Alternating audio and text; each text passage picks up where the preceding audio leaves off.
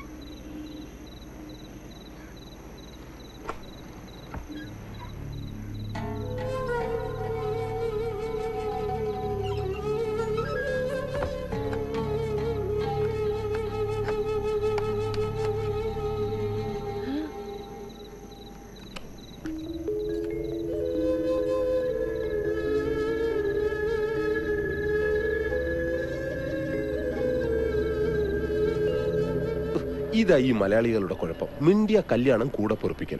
ഈ മെന്റാലിറ്റി മാറണമെങ്കിൽ കുറച്ചുനാൾ കേരളം വിട്ട് താമസിക്കണമെന്ന് പറയുന്നത് വെറുതെ അല്ല.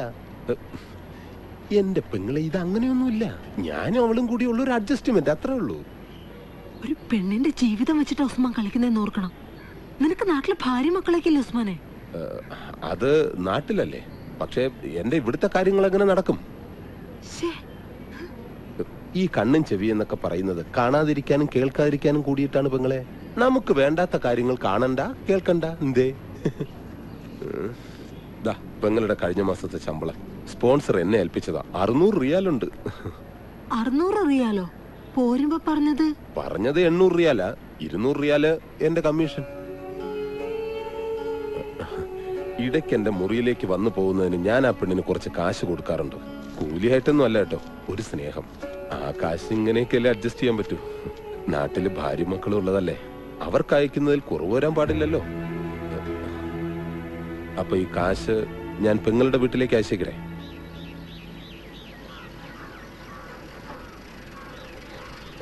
അമ്മേ വേഗം വാ, കത്തുണ്ടെന്ന് തോന്നണു. ചേച്ചിയുടെ കത്താണോ മോളെ? അല്ല, കുറിക്കമ്പനിന്നാ. തവണ മുടങ്ങിയത് വേഗം അടയ്ക്കാൻ. ഈശ്വര, എന്റെ മോക്ക് എന്താ പറ്റിയേ?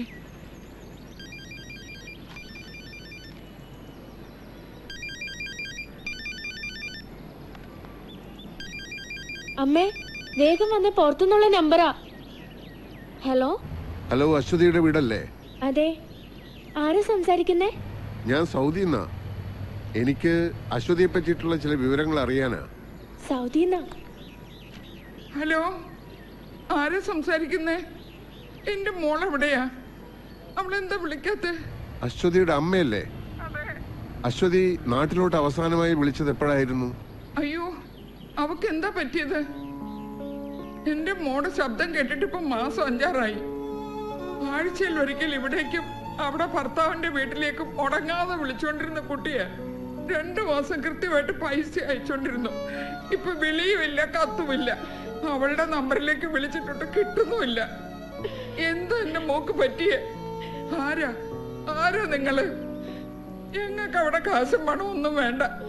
ജീവനോട് അവളെ ഒന്ന് കണ്ടാൽ മാത്രം മതി.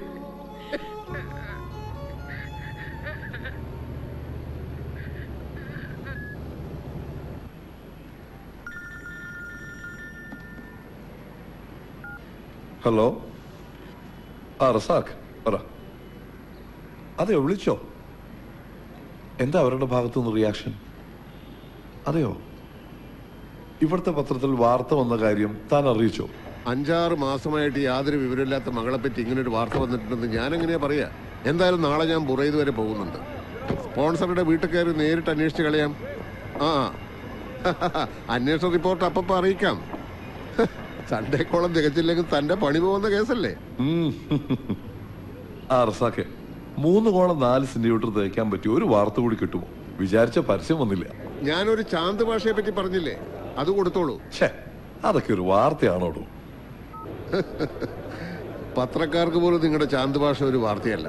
അയാളെ ഞാൻ ആശുപത്രി കൊണ്ടുപോയി തിരിച്ചുകൊണ്ടുവന്നു. ഇനി ഞാനെന്ത് ചെയ്യാനാ? അയാളെ ഇനി ക്യാമ്പിൽ നിർത്താൻ പറ്റില്ല. നാട്ടിലേക്ക് വിളിച്ചപ്പോ തിരിച്ചയക്കണമെന്ന് അയാളുടെ ഭാര്യ പോലും പറഞ്ഞിരിക്കുന്നത്. അതെന്താ? കണ്ടോ, ഇയാൾ ഒരുപാട് തിന്നും. 4 പണിക്കാർ കഴിക്കണ ഭക്ഷണം ഇയാൾ ഒരു നേരം ഒറ്റയ്ക്ക് കഴിക്കും. ഞങ്ങളും അടുത്ത് ഉപ്പും മുളകും കൂട്ടി വായിക്ക് പിടിക്കുന്ന എന്തെങ്കിലും തിന്നാൻ കിട്ടുമോ? ഇതൊരുമാതിരി തവിട് തിന്നുന്ന പോലുണ്ട്. അത് ശരി, ഇന്നിവിടെ ആക്കി ഒറ്റ പോക്കായിരുന്നല്ലേ? ഒരു ബിരിയാണി വേണമെന്ന് പറഞ്ഞിട്ട് ദിവസം 3ആയി. ഓരോരുത്തരും തിരിഞ്ഞു നോക്കാനില്ല. ദൈവം ഒരു കാര്യം പറഞ്ഞേക്കാം, വായിക്കും വരണം പിടിച്ച് എന്തെങ്കിലും തിന്നാൻ കിട്ടാതെ ഇവിടെ എന്നെ കൊണ്ട് കിട്ടൂല. കുറച്ച് കാശ് കൊടുത്തു വെച്ചാല്. അതെ, വാങ്ങുമ്പോഴേ സിഗരറ്റുള്ളത് കൂടി ചേർത്ത് വാങ്ങണം, മനസ്സിലാണോ? ഈ പ്ലാസ്റ്റർ ഒന്ന് വെട്ടിക്കോട്ടെ ചന്ദ്രഭാഷ. ഡീപ്പോർട്ടേഷനിലെ കാര്യങ്ങൾ അപ്പോഴേക്കും ശരിയാക്കാം. ഏയ്, നാട്ടിൽ പോവാനൊന്നല്ല, ബിരിയാണി കഴിച്ചിട്ട് നീക്കുപോക്ക് ഉണ്ടാക്കില്ലേ പോവാവൂ.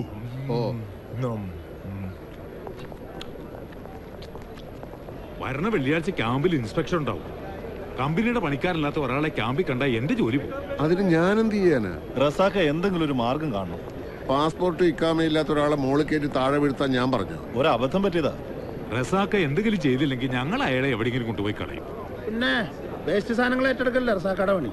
എങ്ങോട്ട് വന്നേക്കാം. അല്ല, റസാഖ പോയാ നിങ്ങള് 2 ദിവസം കൂടെ അയാൾ ഇവിടെ താമസിപ്പിക്കുക. അതിനിടയിൽ എന്തെങ്കിലും വഴിയുണ്ടോ എന്ന് ഞാനൊന്ന് നോക്കട്ടെ. روح من هنا، ما ابغي اسمع شيء. هذه الخدامة اساءت لسمعتي. روح روح. صديق لو في كلمة من هندي لازم أنا يعرف. أنا يجي من سفارة. لا تتكلم ولا كلمة. ما ابغي اسمع شيء من المليباري. انت كمان خربان وكل الهنود خربانين، والا ابلغ الشرطة. get lost.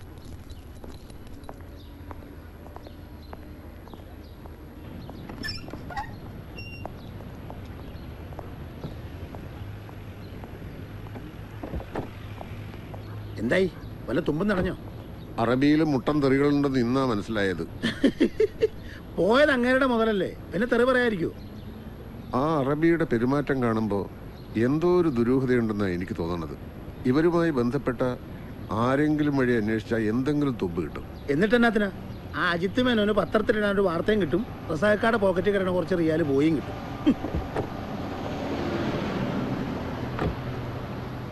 അജിത്തിന് വാർത്തയ്ക്ക് വേണ്ടിയിട്ടുള്ള അന്വേഷണം മാത്രമല്ല വർഗീസ് ചെയ്ത്. ആ സ്ത്രീ നിരപരാധിയാണെങ്കിലോ? എങ്കിൽ ഈ മിസ്സിങ്ങിന് പിന്നിൽ എന്തെങ്കിലും കൂടി കാരണം കാണും.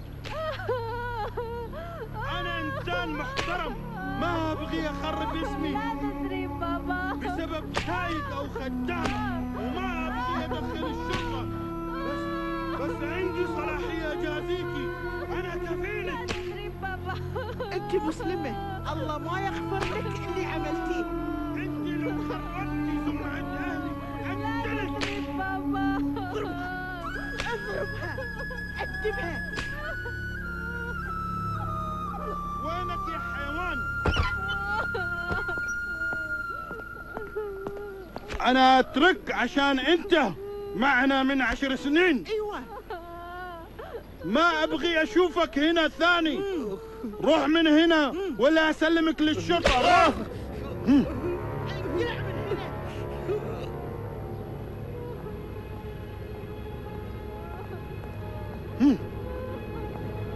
اللي جوا ما تعطيني حتى مويه.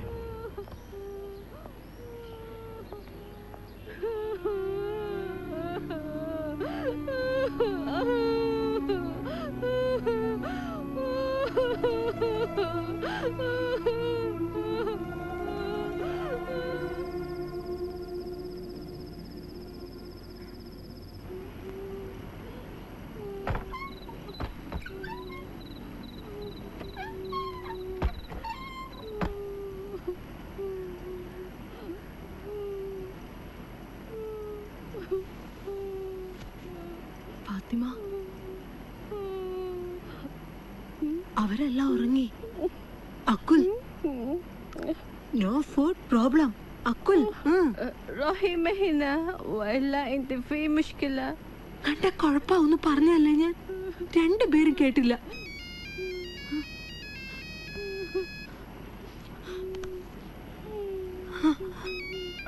ഹലോ ഉസ്മാൻ. ഹലോ പെങ്ങളെ, എനിക്കൊരു അബദ്ധം പറ്റി. അതിന് കിട്ടുകയും ചെയ്തു. ഇപ്പൊ ആ പാവം പെണ്ണിന്റെ കാര്യം ഓർത്തിട്ടാ. അവൾ അവിടെ ഇട്ട് കൊന്നുകളയും. അതിനു മുമ്പ് എങ്ങനെയെങ്കിലും പുറത്തു കിടന്ന അവൾക്ക് വേറെ എവിടെയെങ്കിലും ജോലി ശരിയാക്കി കൊടുക്കാൻ ഞാൻ. പെങ്ങൾ അവളെ പുറത്ത് ചാടാൻ ഒന്ന് സഹായിക്കണം. ചാടാനോ? അവരെങ്ങാനും അറിഞ്ഞ? ഇപ്പൊ ചാടിയാൽ ആരും അറിയില്ല.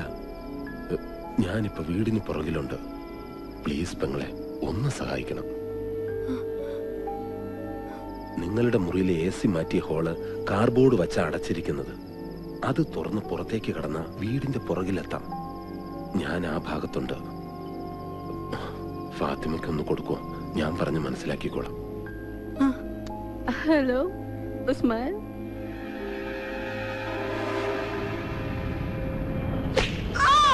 كيف راحت؟ انت عارفة. قولي قولي. انت عارفة، قولي اتكلمي. ما أدري. ليش عثمان اتصل امس بالليل؟ ما تحتاجين الجوال.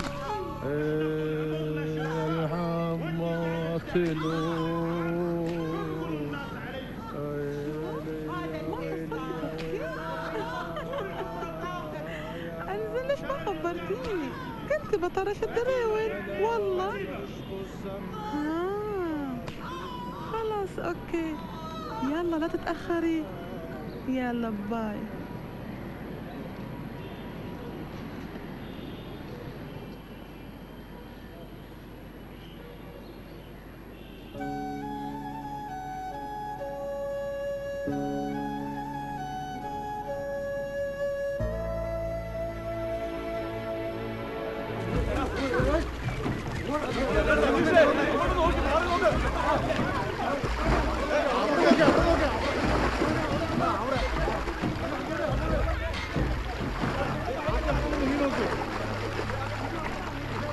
ആരാ മുങ്ങിയത്? നമ്മുടെ കൈതക്കലെ രാധാകൃഷ്ണനാണ്. പുഴയിൽ കുളിക്കാനിറങ്ങിയ കുട്ടികൾ മുങ്ങി താഴണ്ടപ്പോ രക്ഷിക്കാനെടുത്ത് ചാടിയതാ. രണ്ടാളെ രക്ഷിച്ച് കരക്കെത്തിക്കുന്നതിനിടയിൽ രാധാകൃഷ്ണൻ മുങ്ങിത്താണു. പിന്നെ പൊന്തിയിട്ടില്ല. നല്ല അടിയൊഴുക്കുള്ള സമയമാണേ.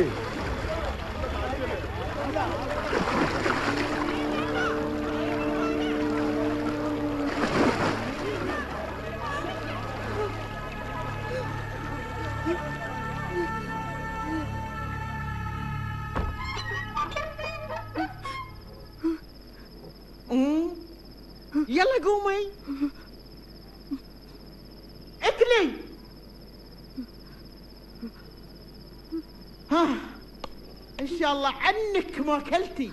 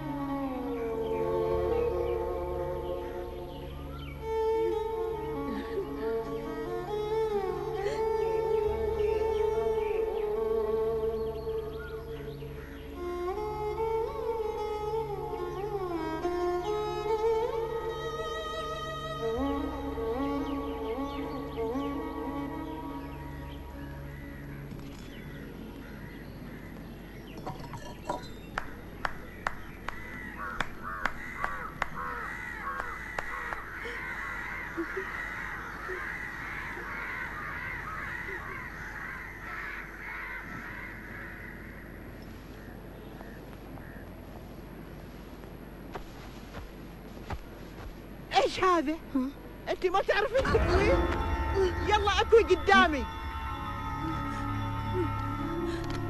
اوف، الظاهر هذه ما تبغى تتعلم، لكن انا اللي بعلمك. ഈ ഗദ്ദാമയുടെ ജോലി എന്ന് വെച്ചാൽ അത്ര വലിയ ബുദ്ധിമുട്ടൊന്നുമില്ല. അറബികളുടെ വീടുകളല്ലേ, എല്ലാ പണിക്കും മെഷീൻ ഉണ്ടാവും. പിന്നെ ഓൺ ചെയ്യാനോ ഓഫ് ചെയ്യാനോ ഒരാളായിട്ട് നിന്ന് കൊടുക്കണമെന്ന് മാത്രം. അന്ന് രാധാകൃഷ്ണേട്ടന് വിസ ശരിയാക്കാന്ന് പറഞ്ഞ ഉസ്മാനായി കാര്യം പറഞ്ഞത്. അയാള് ഡ്രൈവറായിട്ട് ജോലിക്ക് നിൽക്കുന്ന വീട്ടിലേക്ക് അത്രേ. എല്ലാ ചെലവും കഴിഞ്ഞിട്ട് 800 റിയാൽ ശമ്പളം കിട്ടും എന്നാ പറയണത്. 800 റിയാൽ എന്ന് പറഞ്ഞാൽ നമ്മുടെ ഇവിടുത്തെ ഒരു 10,000-10,000 രൂപകളുണ്ടാവും. സമ്മതാച്ചാ എത്രയും പെട്ടെന്ന് വിസ അയച്ചു തരാന്ന്. വേണ്ട സുധീർ, അന്യരാജ്യത്തെ ഏതോ വീട്ടിലെ ഏച്ചിൽ വരാൻ ഞാൻ അവളെ അയക്കണില്ല. എന്റെ മോനത് പൊറുക്കില്ല. സാരില്ല അച്ഛാ, ഞാൻ പോവാ. അഭിമാനം നോക്കിയിരുന്ന ദാരിദ്ര്യവും കഷ്ടപ്പാടും തീരില്ലാലോ. ഇവിടെ ഇരുന്ന് കഴിഞ്ഞുപോയ ഓരോന്നോർത്ത് കരണയിലും ഭേദല്ലേ ഇത്.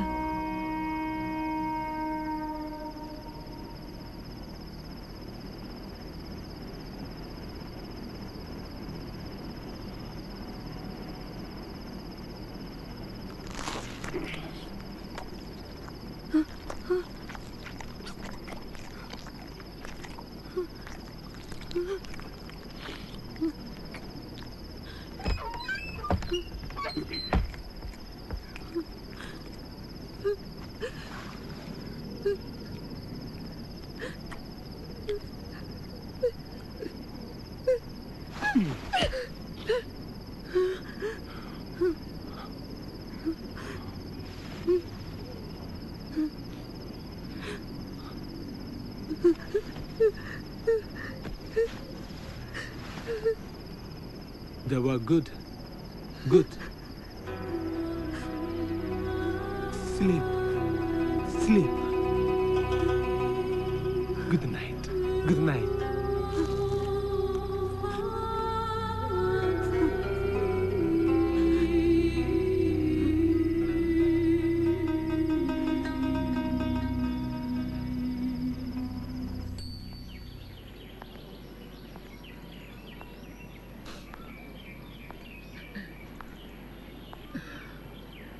ഇഷ്ടമുണ്ടായിട്ടല്ല മോളെ ഞങ്ങൾ പറഞ്ഞയക്കണത്.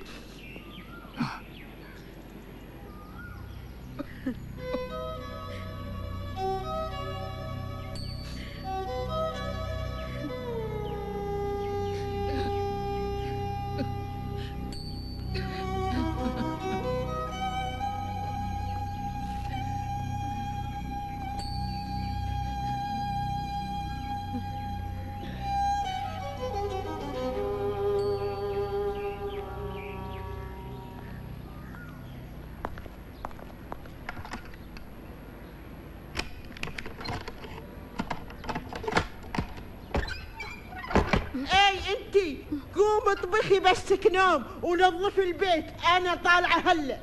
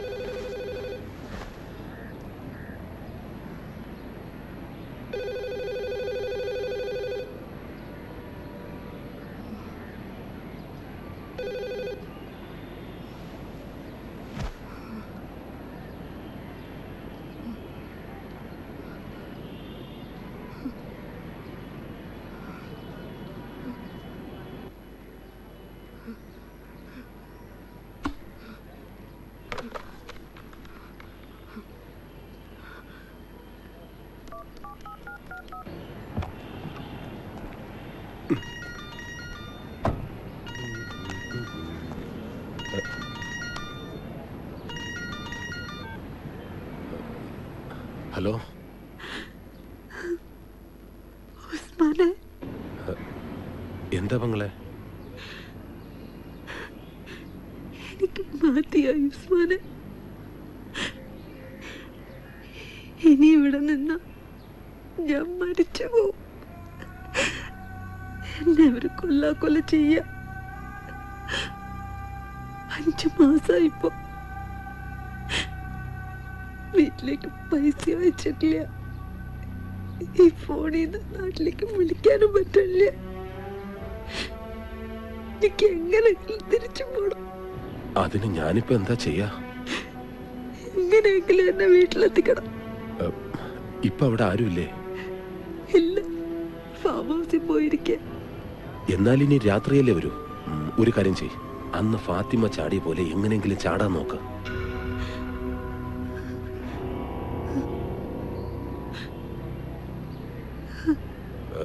മഗ്‌രിബ് ബാങ്ക് കൊടുത്തതിന് ശേഷം ചാടിയാൽ മതി. പുറത്ത് കടന്ന് കുറച്ച് വലത്തോട്ട് നടന്ന അൽവാദ എന്നൊരു ഗ്രോസറി ഷോപ്പുണ്ട്, നമ്മുടെ നാട്ടുകാരൻ്റെ അബുക്ക. ഞാൻ വിളിച്ച് പറയാം. അബുക്ക എങ്ങനെയെങ്കിലും പെങ്ങളെ എൻ്റെ അടുത്ത് എത്തിച്ചോളും. ഞാനിവിടെ റിയാദിലാണ് ഉള്ളത്. സൂക്ഷിക്കണം, ഗേറ്റിന് മുമ്പിൽ കൂടി വേണം പോരാൻ. അവിടെ കാലമാടൻ വാച്ച്മാൻ ഉണ്ടാവും, അയാളുടെ കണ്ണിപ്പെടരുത്. അവസരം കിട്ടിയ സ്ഥിതിക്ക് ഇന്ന് തന്നെ ചാടുന്നതാ ബുദ്ധി. ഒന്നും ആലോചിക്കണ്ട, റിയാദിൽ എത്തിക്കിട്ടിയ ബാക്കി ഞാൻ ഏറ്റു.